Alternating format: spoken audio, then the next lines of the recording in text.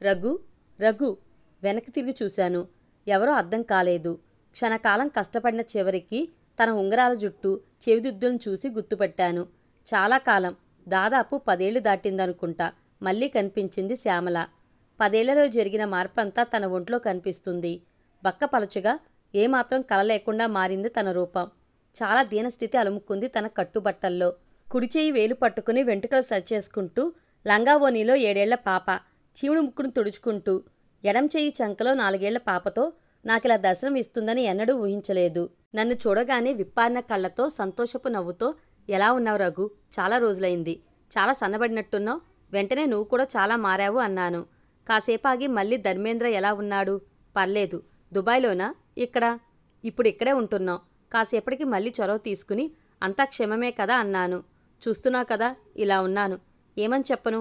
అంతా మారిపోయింది రఘు.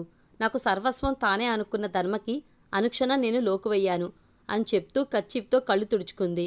పిల్లలను చూసుకుంటూ బ్రతకడం తప్ప నాకు ఈ లోకంలో పెద్దగా బ్రతికి సాధించేది ఏమీ లేదు రఘు అని చెప్తూ భుజంపై గోళ్లతో రక్కిన గాయాన్ని కొంగుతో కప్పుకుంటూ తల కిందకేసుకుంది. నా కళ్ళు తన ఒంటిపై ఉన్న కొన్ని మానుతున్న, కొత్తగా చేరిన గాయాలపై ఉన్నాయి. నాకు వినబడేలాగా ఇంకా ఏదేదో చెప్పింది కానీ నాకు వినపడలేదు. తను ఎక్కువసేపు అలా చూడలేక మళ్ళీ కలుస్తానని చెప్పి అక్కడి నుండి ముందుకు కదిలినా. నా కళ్ళు మాత్రం తన గాయాల్లోనే నిలిచాయి. వడివడిగా నా అడుగులు రేతీఫైల్ 38X, 38EX బస్సులు నిలిచే చోటుకు సాగుతున్నాయి. చూపులు మాత్రం తన గాయాల మాటున దాగిన నిజమైన శ్యామల కోసం వెతకసాగాయి. ప్రతిరోజు పట్టులంగా, ఒత్తుగా పొడుగ్గా ఉండే రింగులు జుట్టుని సగానికి విడదీసి 2 జడల్ని పాయలుగా అల్లుకుని మడిచి, మ్యాచింగ్ రిబ్బన్లను కట్టుకుని ఒకరోజు కనకాంబరం, మరో రోజు మల్లెపూలు, ఇంకో రోజు చిన్న చామంతులు, గులాబీలు, మందార, బొడ్డుమల్లి, సెంటుమల్లి, ఇలా ఏ రోజు కూడా తల్లో పూలు లేకుండా కనిపించేది కాదు. నుదుట టిక్లీ, దాని కింద 2 బొమ్మల మధ్య చిన్నగా కుంకుమ, నుదురు మధ్యన అడ్డంగా చిన్న తెల్లబొట్టు, కనురెప్పల నిండుగా చిక్కని కాటుక, చెవులకు దుద్దులు, ఒక్కోసారి ఊగుతూ ఉండే చిన్న కమ్మబుట్టలు. చూపు తిప్పుకోలేని సుందర లావణ్యం తన రూపం. పేరు శ్యామలే కానీ రంగు ఎరుపే. ఇంగ్లీష్ మీడియంలో చదువుతున్నాననే గర్వం తన నానమ్మ చెప్పే మాటలతో తెచ్చుకుంది. మీసాల నరసింహులు గారి ఒక్కగానొక్క కూతురు. ఎప్పుడూ డాబు దర్పం చూపిస్తుండేవారు. దాదాపుగా పువ్వుల్లో పెరిగిందని చెప్పుకోవాలి. తాతగారి సంగీత కౌశల్యం శ్యామలని లక్ష్మిగారి ఎదురుగా సంగీతపీట మీద కూర్చోబెట్టింది. అందరితో ఎలా ఉండేదో ఏమో తెలియదు కానీ తను, నేను, శ్రావణి, హరీష్ మేమంతా కలిసుండేవాళ్లం. ఓ రోజు హరీష్, అరే రఘు, శ్యామలని పెళ్లి చేసుకోవాలనుందిరా. తనకి చెప్పావా? చెప్పే ధైర్యం నాకు లేదురా అని చెప్పడంతో తెలిసింది వాడికి ప్రేమించడం తప్ప ఇంకేం తెలియదని. నేను మరికొందరు ఇచ్చిన ధైర్యంతో ఓ రోజు భద్రకాళి గుళ్ళో ధైర్యం చేసి చెప్పాడు. ఎంత ప్రేమగా చెప్పాడో అంతకు వ్యతిరేకంగా సమాధానం వచ్చింది. నువ్వంటే నాకు ఇష్టం లేదు హరీష్. నువ్వు నాకు సూట్ అవుతావా? సారీ హరీష్, నాకు ధర్మ అంటే ఇష్టం. తను దుబాయ్కి వెళ్ళి కొన్ని రోజులకు నన్ను తీసుకెళ్తాడంట. నువ్వు కనీసం హైదరాబాదు కూడా వెళ్ళలేవు. నన్నెలా చూసుకుంటావు? ఇలాంటి బాధ పెట్టే మాటలతో బాధపెట్టి నిన్ను బాధ పెట్టినందుకు ఐఆమ్ సారీ అని చెప్తూ వెళ్ళిపోయింది. పాపం నాకు ఆ క్షణంలో తప్పు ఎవరిదో నిర్ణయించలేకపోయింది నా మనసు. ధర్మ వెళ్ళిన 2 ఏళ్లకు కానీ తిరిగి రాలేదు. 2 ఏళ్ల వరకు హరీష్ శ్యామల కోసం తనను తాను మార్చుకుని తన కోసం తనకు తెలియకుండా ఎన్నో చేశాడు తన జ్ఞాపకాల తోడుతో. చిన్ననాటి చూచిరాతల కానుండి, వాడిపోయిన పువ్వుల వరకు, ఊడిపోయిన పక్క పిన్ను కానుండి వెంట్రుకల వరకు భద్రంగా దాచుకునేవాడు. సినిమాలో లాగా. నేను ఎన్నోసార్లు చెప్పి చూశాను, వెళ్ళలేదు. 2 ఏళ్ల తర్వాత మళ్ళీ తనపై ప్రేమను చంపుకోలేక అడిగాడు, నేను నిన్ను ప్రేమిస్తున్నానని. వద్దు హరీష్, ధర్మ 4 రోజుల్లో వస్తున్నాడు. ఇంట్లో వాళ్ళని ఒప్పించి పెళ్లి చేసుకోవాలని. నేను చదువుకోవడానికి లండన్ వెళ్తున్నాను. నువ్వు ఒప్పుకుంటే మా ఇంట్లో వాళ్లతో వచ్చి మీ నాన్నని ఒప్పిస్తాను. నిన్ను కూడా నాతో పాటు తీసుకెళ్తాను. చాలా మౌనం తర్వాత, వద్దు హరీష్, ఇప్పటికీ నా మనసులో ధర్మనే ఉన్నాడు. తనతో మౌనంగా గడిపిన జ్ఞాపకాలను మూట కట్టుకుని హరీష్ లండన్కెళ్తే ఏదో సాధించానన్న గర్వంతో వచ్చి వాలాడు ధర్మ దుబాయ్ నుండి. హాయ్రా ధర్మ, ఎలా ఉందిరా దుబాయ్? దుబాయ్కేందిరా మామ, మస్తుగుంది. గీడేముంది, సున్నా. ఆడైతే మస్తు డబ్బులు అని చెప్తున్న వాడిని చూస్తే బహుశా మనసెందుకో వీడు చాలా మారిపోయాడు అని చెప్పింది. ప్రతి మాటలో డబ్బు తప్ప ఇంకేం కనిపించలేదు. కాంట్రాక్ట్ అయిపోయింది మామ, పెళ్లి చేసుకుని మళ్ళీ వెళ్దామని వచ్చాన్రా. శ్యామలకి నువ్వంటే ఇష్టంరా. ఎందుకు ఇష్టం ఉండదు? ఎంతైనా దుబాయ్లో ఉంటున్నా కదా.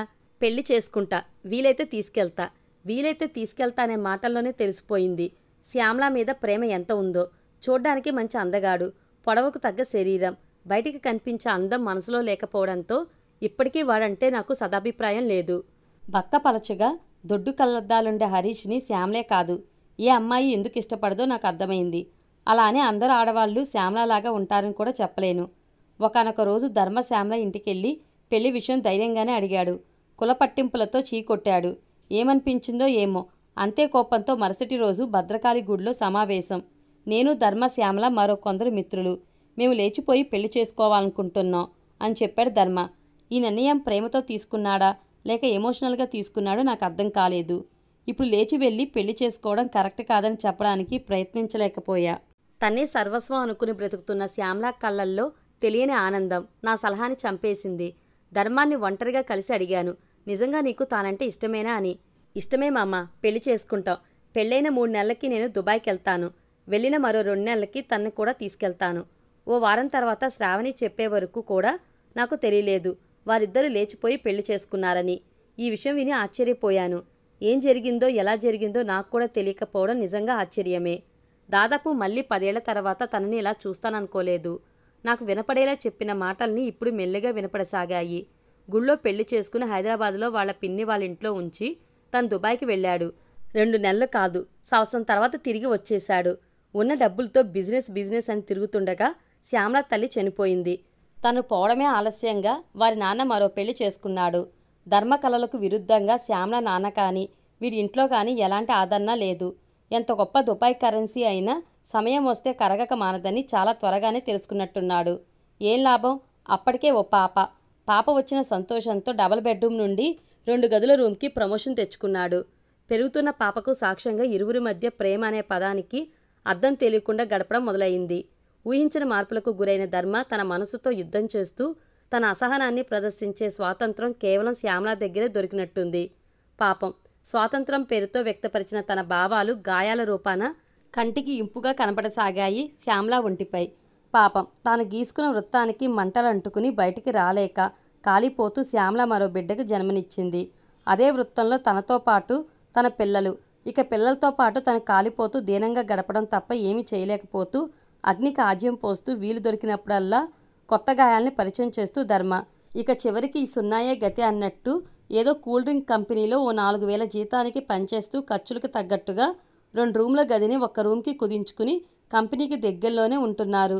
24 ఏళ్లలోనే జీవితం అంతా అనుభవించిన శ్యామల జీవితం ఇక ముందైనా సాఫీగా గడిచేలాగా దీవించమని భగవంతుని కోరుతూ ఇంటికి చేరుకున్నాను. ఈ వీడియో కనుక మీకు నచ్చినట్లయితే లైక్ చేయండి, షేర్ చేయండి. మరిన్ని ఇంట్రెస్టింగ్ వీడియోస్ కోసం మన ఛానల్ని తప్పకుండా సబ్స్క్రైబ్ చేసుకోండి. వీడియోస్ నోటిఫికేషన్ కోసం పక్కన ఉన్న బెల్ ఐకాన్ని క్లిక్ చేయండి. Thank you.